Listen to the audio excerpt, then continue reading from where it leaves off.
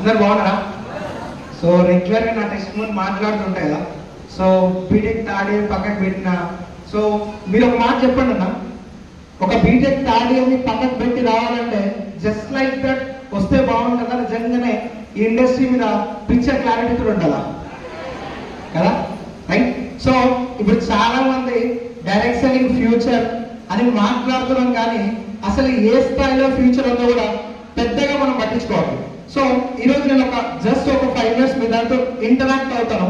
So నేను ఏం చూసి ఇండస్ట్రీలోకి వచ్చిన, ఏ ఫ్యాక్టర్స్ నన్ను మోటివేట్ చేసినానో మీకు చెప్తా. సో ప్రధానమంత్రి మన్మోహన్ సింగ్ తర్వాత భారతదేశం రూల్ చేస్తున్న ప్రధానమంత్రి ఎవరు? నేను జనరల్ నాలెడ్జ్ చాలా వీక్, మీరు సపోర్ట్ చేయకపోతే నేను అస్సలు మాట్లాడలేను. ఎవరు? నరేంద్ర మోడీ. పీరియడ్ 2014 తర్వాత నుంచి 2015 నుంచి షురూ అయింది కదా, రైట్? సో డైరెక్ట్ సెల్లింగ్ ని గవర్నమెంట్ సపోర్ట్ చేయాలా, లేకపోతే డైరెక్ట్ సెల్లింగ్ గవర్నమెంట్ సపోర్ట్ చేయాలా? నా క్వశ్చన్ కొంచెం కన్ఫ్యూజ్ అయినట్టుంది. నేను ఏం మాట్లాడుతున్నా అంటే, గవర్నమెంట్ డైరెక్ట్ సెల్లింగ్ సపోర్ట్ చేయాలా, లేకపోతే డైరెక్ట్ సెల్లింగ్ గవర్నమెంట్ సపోర్ట్ చేయాలా? రైట్, మీరు వినేది చాలా క్లియర్. కాకపోతే నేను రివర్స్ ఏం మాట్లాడుతున్నా అంటే, డైరెక్ట్ సెల్లింగ్ అనేది గవర్నమెంట్ ని ఏ విధంగా సపోర్ట్ చేస్తుందో నేను మీకు ఒక 5 ప్రోగ్రామ్స్ పే చెప్తా. మీరు ఇక్కడ వినండి, లేకపోతే లేటర్ గా మేబీ గూగుల్లో కూడా చూడొచ్చు. స్కిల్ ఇండియా ఐడియా ఉందా? సో మన భారతదేశం వచ్చిన తర్వాత 2015లో our prime minister Narendra Modi, so జనాలలో డిగ్రీ ఉంటే ఇంపార్టెంట్ కాదబ్బా, సో స్కిల్స్ ఉండాలనేసి స్కిల్ ఇండియా ఒక ప్రోగ్రామ్ కొత్తగా లాంచ్ చేశారు. సో మీరు నాకు మాట చెప్పారన్నా, ఇప్పుడు ఇక్కడ చాలా మందికి డిగ్రీ ఉంది, అవునా కదా? మీ అకౌంట్ లో బ్యాలెన్స్ ఎంత మంది దగ్గర ఉంది? సో అందరికి డిగ్రీ ఉంది. డిగ్రీ చేపట్టిన వాళ్ళందరికీ జాబ్స్ ఉన్నాయా? లేదు. కాకపోతే స్కిల్ ఉన్నది ప్రతి ఒక్కరి దగ్గర డబ్బు ఉందా లేదా? రైట్. ఇప్పుడు నేను ఏం మాట్లాడుతున్నా అంటే, ఈ డైరెక్ట్ సెల్లింగ్ లో వాట్ ఈస్ స్కిల్? కమ్యూనికేషన్ ఒక స్కిల్, లీడర్షిప్ ఒక స్కిల్, టీమ్ బిల్డింగ్ చేయడం ఒక స్కిల్, ఒక పర్సన్ కి ప్లాన్ ఎక్స్ప్లెయిన్ చేయడం ఒక స్కిల్.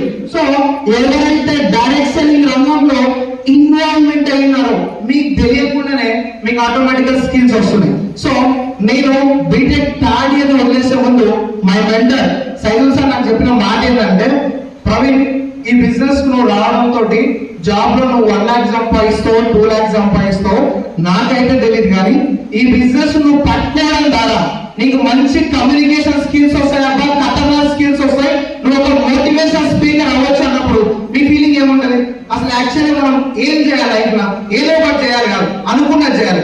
ఒక పర్సన్ గా మనం మాట్లాడుతూ ఒక 10 మందిని ఇన్స్పైర్ చేస్తూ అట్లీస్ట్ నీ స్టేజ్ ప్రెజెంటేషన్ కి నీకు జస్ట్ ఒక 1 hour కి 2 లక్షల రూపాయలు వస్తాయంటే దీన్ని మనం కెరీర్ తీసుకోవచ్చు.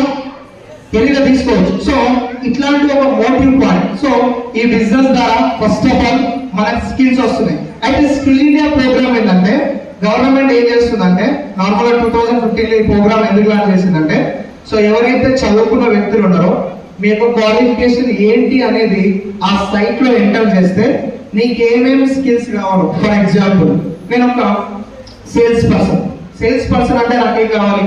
కమ్యూనికేషన్ స్కిల్ కావాలి. దాని తర్వాత ఒక ప్రోడక్ట్ ని ఎలా మీకు అమ్మాలో జస్ట్ నాకు స్కిల్ కావాలి.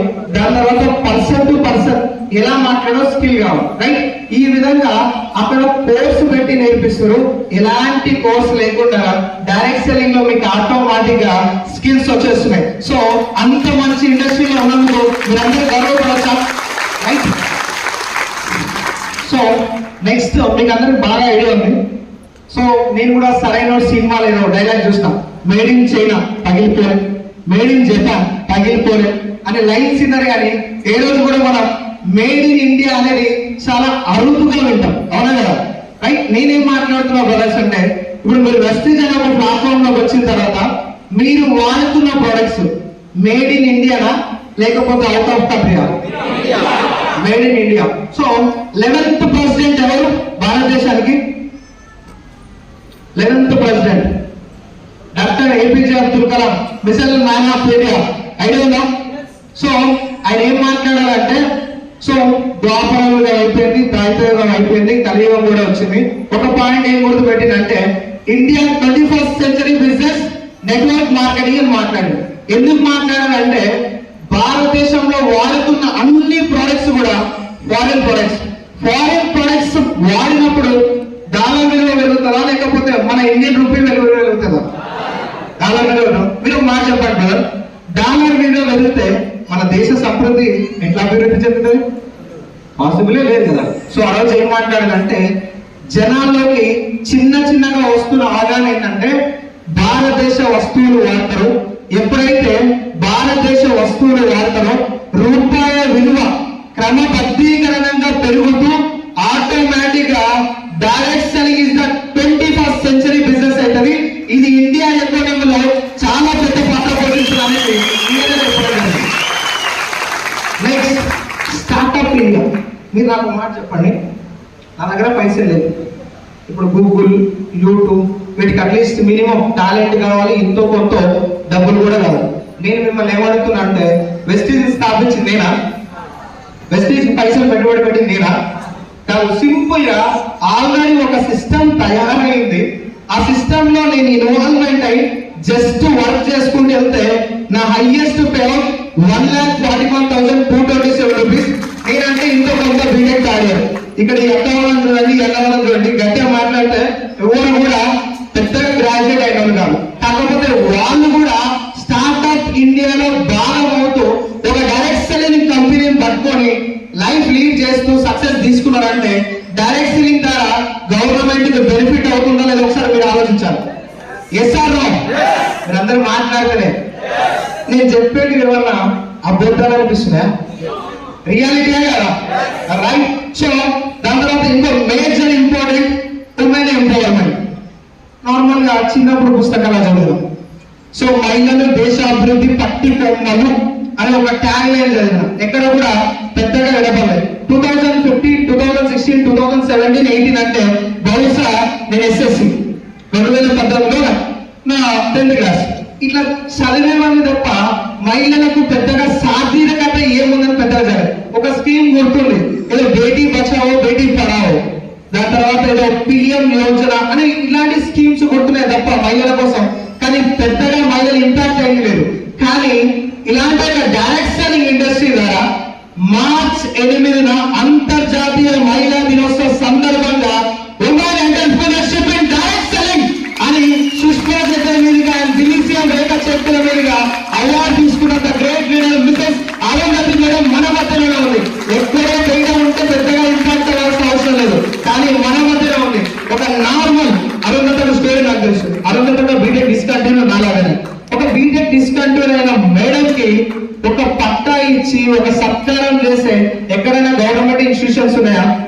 కానీ ఈ ఇండస్ట్రీలో మాత్రమే అదే గవర్నమెంట్ ఎంకరేజ్ చేస్తుందంటే ఒక దీని ఇంపాక్ట్ ఎలా ఉందో ఒకసారి ఆలోచించండి. సో నేనేం మాట్లాడుతున్నా అంటే ఈ విధంగా గవర్నమెంట్ స్కీములు పెట్టి కొంతమందికి స్కిల్స్ ఇస్తుంది, కొంతమందికి స్టార్ట్అప్స్ ఇస్తుంది, కొంతమంది ఉమెన్స్ ని ఎంకరేజ్ చేస్తుంది. ఇవన్నీ గవర్నమెంట్ చేస్తుంది. కానీ కేవలం ఒకే ఒక వ్యవస్థ డైరెక్ట్ సెల్లింగ్ అనబడే ఒక వ్యవస్థ నుంచి గవర్నమెంట్ ఈ 5 స్కీమ్లకు వెళ్ళి ఎంత లబ్ధి పొందుతుందో మీరు ఒకసారి ఆలోచించండి. So proud to be direct seller. So ఇలాంటివి ఎన్నో మేజర్ ఇంపాక్ట్స్ ఇవి మనకు జస్ట్ 0.00 తెలిసినవి మాత్రమే, తెలియనివి చాలా ఉన్నాయి గీజిట్స్. సో కాబట్టి నేను ఇలాంటి ఒక ఇండస్ట్రీని డైరెక్ట్ సెల్లింగ్ కెరీర్ గా తీసుకొని ఒక సక్సెస్ఫుల్ నెట్వర్క్ గా ముందరికి వెళ్తున్నందుకు thanks to my mentor. And నేను మీకు ఏం రిక్వెస్ట్ చేస్తున్నా అంటే మీరు వచ్చింది కూడా అదే ఇండస్ట్రీలోకి కొంచెం తెలుసుకోండి. తెలుసుకున్న తర్వాత ఈ బిజినెస్ లో ఎంత డబ్బు వచ్చినా డబ్బు రాకపోయినా బిజినెస్ పక్కా క్లియర్ ఉంది. మీకు ఆటోమేటిక్ గా ఈ స్కీమ్స్ ని ఇంకా ఏమేమి డైరెక్ట్ సెల్లింగ్ సపోర్ట్ చేస్తుందంటే మీరు కొంచెం గూగుల్లోకి వెళ్ళి